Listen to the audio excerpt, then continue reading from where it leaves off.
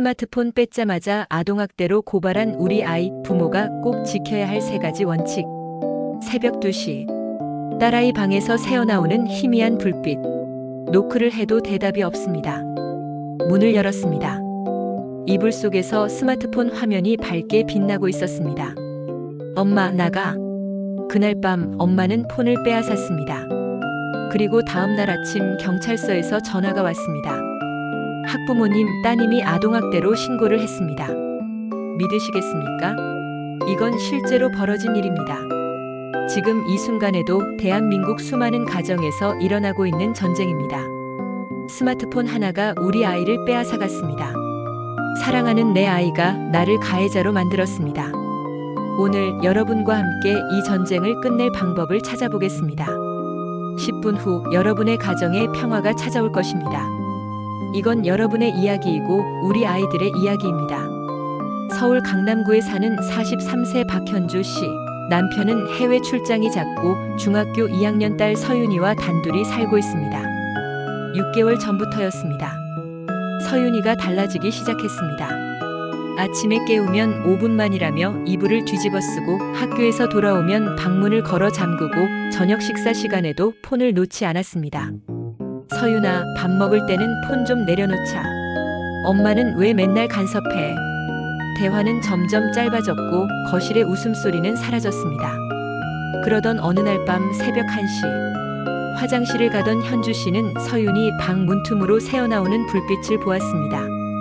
문을 살짝 열었습니다. 이불 속에서 스마트폰 화면이 밝게 빛나고 있었습니다. 화면에는 낯선 채팅창이 떠 있었습니다. 엄마, 왜 허락도 없이 들어와? 서윤아, 지금 몇 시야? 내일 학교 가야지. 엄마가 무슨 상관이야? 나가.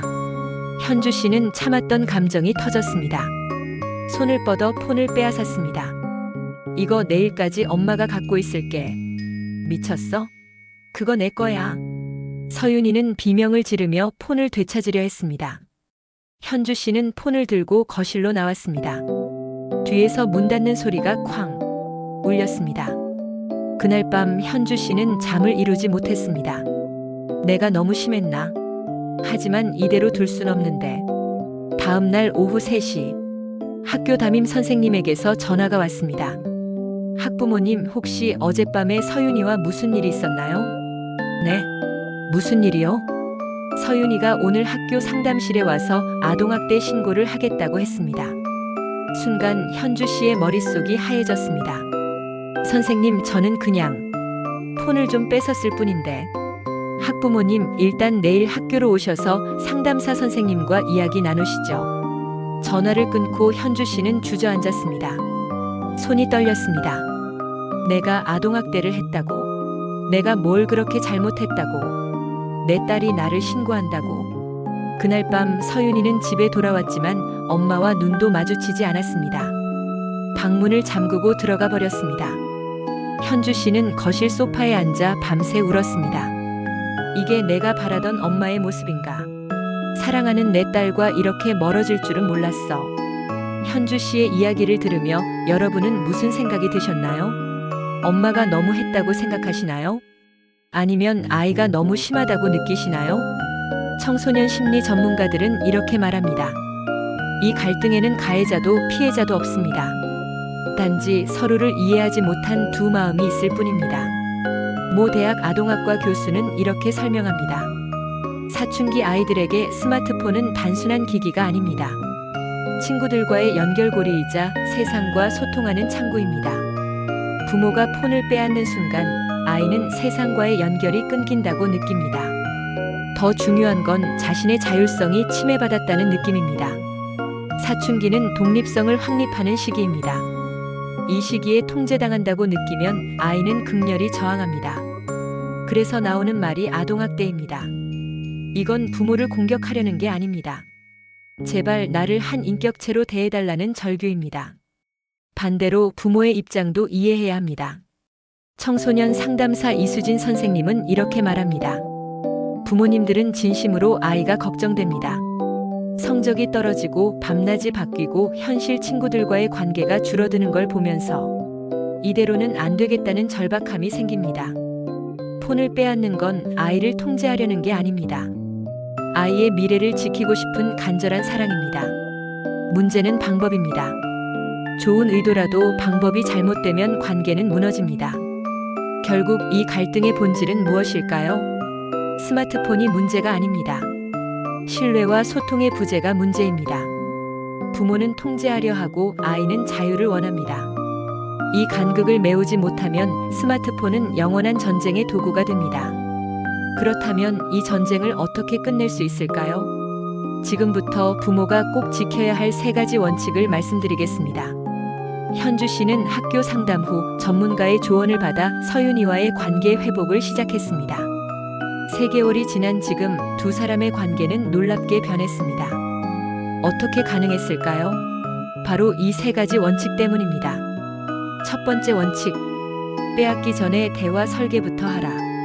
현주 씨가 가장 먼저 한 일은 서윤이에게 사과하는 것이었습니다. 서윤아, 엄마가 그날 밤 너무 감정적이었어. 미안해. 내 마음을 먼저 들어보지 않고 폰을 빼앗은 건 잘못했어. 서윤이는 처음엔 외면했습니다. 하지만 현주 씨는 포기하지 않았습니다.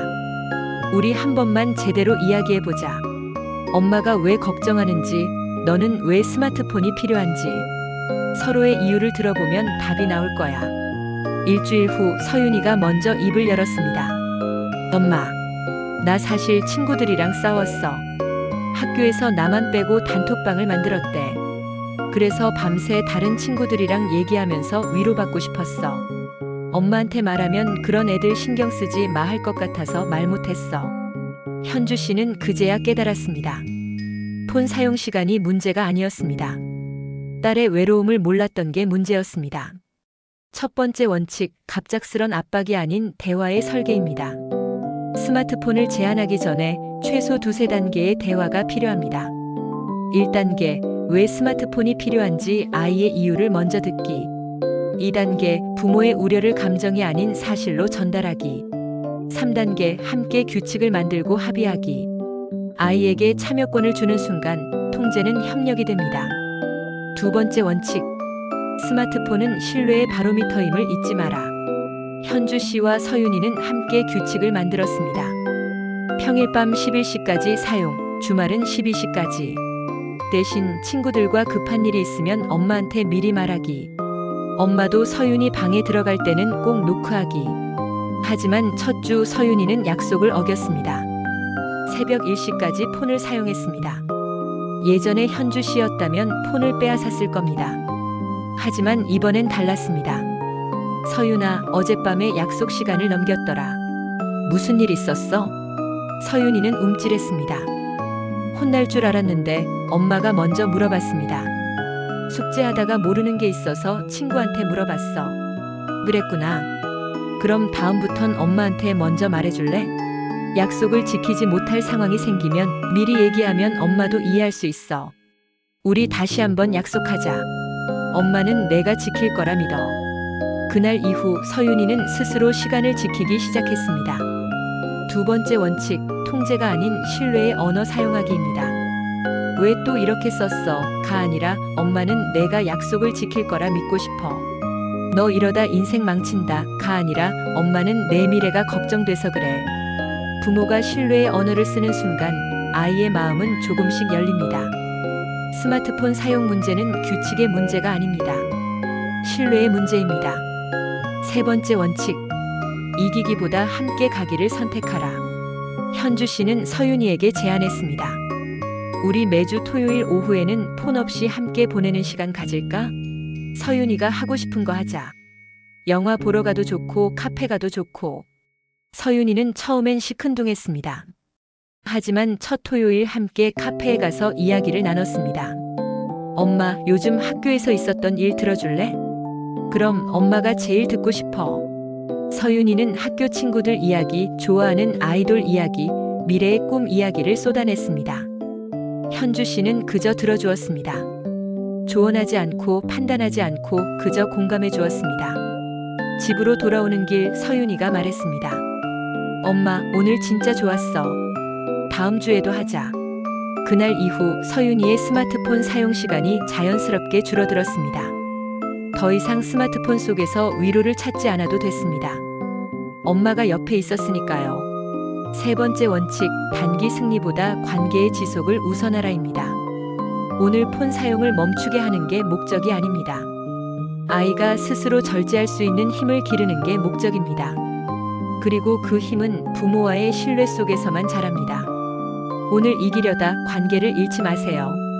잠깐의 침묵이 필요하다면 다음날 다시 대화해도 괜찮습니다. 이기기보다 함께 가기가 더 중요합니다. 3개월 후 현주 씨는 제게 이런 메시지를 보냈습니다.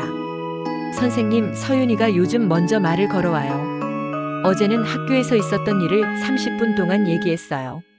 예전엔 상상도 못했던 일이에요. 스마트폰 사용 시간도 자연스럽게 줄었어요. 제가 뭐라고 하지 않아도 스스로 시간을 지켜요. 가끔 약속을 못 지킬 때도 있지만 이젠 먼저 말해줘요. 무엇보다 우리가 다시 웃을 수 있게 됐어요. 이게 가장 큰 변화예요. 저는 이 메시지를 읽으며 눈물이 났습니다. 이게 바로 제가 이 영상을 만드는 이유입니다. 사랑하는 부모님, 스마트폰 때문에 아이와 멀어지고 계신가요? 매일 밤 폰을 뺏어야 하나 말아야 하나 고민하고 계신가요? 괜찮습니다. 지금이라도 늦지 않았습니다. 오늘 말씀드린 3가지 원칙을 기억하세요. 첫째, 갑작스런 압박이 아닌 대화의 설계. 둘째, 통제가 아닌 신뢰의 언어. 셋째, 단기 승리보다 관계의 지속. 이 3가지만 실천하면 싸움의 구도가 아닌 신뢰의 구도로 전환할 수 있습니다. 이건 단순히 스마트폰 문제가 아닙니다. 아이와 부모의 마음이 다시 이어질 수 있는 가장 현실적이고 강력한 시작점입니다. 오늘 밤 아이의 방문을 두드려 보세요. 우리 한 번만 제대로 이야기해 보자. 그 한마디가 당신과 아이의 관계를 바꿀 것입니다. 혹시 지금 같은 고민을 하고 계신 부모님이 있다면 이 영상을 꼭 공유해 주세요. 그리고 엄마의 숨결이 더 많은 가정에 위로와 희망을 전할 수 있도록 구독과 좋아요로 함께 해주세요. 사춘기, 스마트폰, 그리고 부모의 사랑. 오늘도 여러분의 마음에 따뜻한 숨결이 닿길 바랍니다. 감사합니다.